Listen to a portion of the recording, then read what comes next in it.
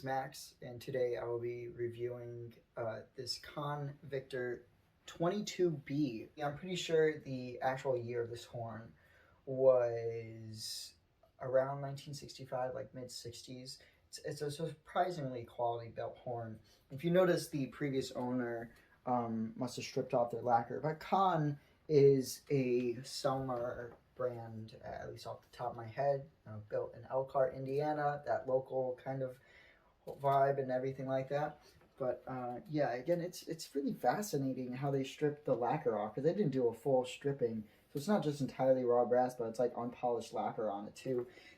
I like the dynamic of the raw brass on this specific horn and the nickel plated brass over here, or on the valve block. And it's really just interesting. I think it's a beautiful looking horn.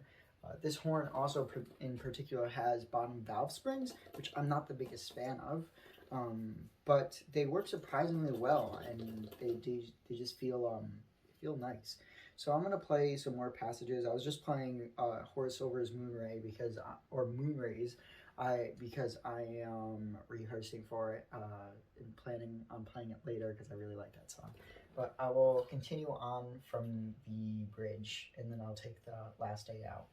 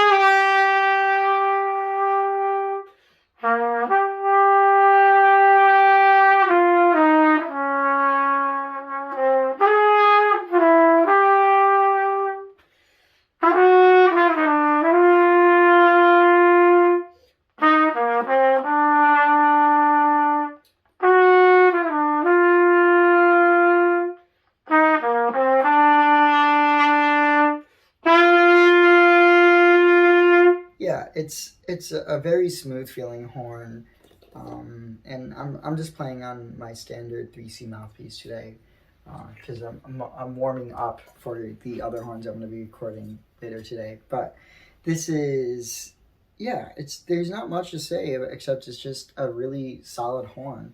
It's also a medium bore, but it feels smaller for some reason. Like, this bore feels smaller. But again, it's a lightweight horn, but it feels like well built. It feels really well built, and I actually like holding the valve block. I feel like this is a very natural position for me, and there's no, like, it just feels solid to hold. My gripe about this horn in particular is that it's not very speakable in the high register. At least I have issues slotting with some notes when I do play this horn. And in the past, with these water keys, I think it was this water key, the felt wasn't on right, but Loctite is a phenomenal glue, and you guys should all buy it. It's super powerful. You just put some Loctite on the actual felt, and it stayed.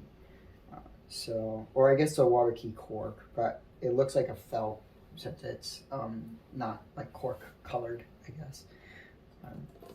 These are actual felts, if we're using proper terminology. I've seen horns of this caliber range all the way from like $200 to even $900. I don't know how accurate that is, but this is, again, this is a nice horn. If you want to just buy a legit built horn, and aim for those like 60s models. I don't know who played a Conn Victor Conn 22B, but I did.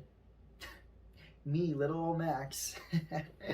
No, really speaking, this would make a good backup horn, or a good main horn even, if you wanted to start somewhere, So keep an eye out for this one. I'm gonna do a range test and then I'm gonna say my piece. So.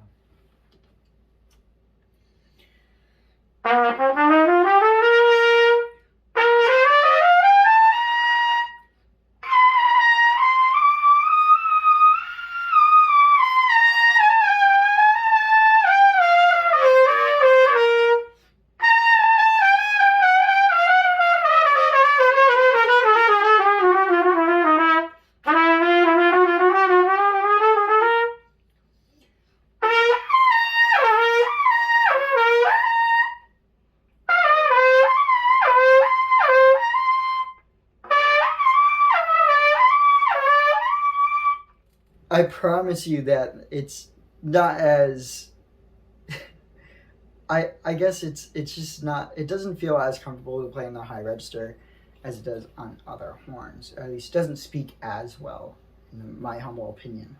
But yeah, this is the Victor Conn 22B.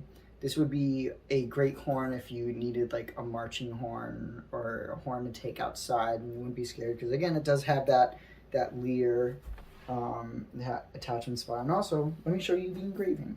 It's got a nice engraving on it, and the valves up close, they look really nice, really beautiful, and yeah, it's a Victor Conn. That's all I can say.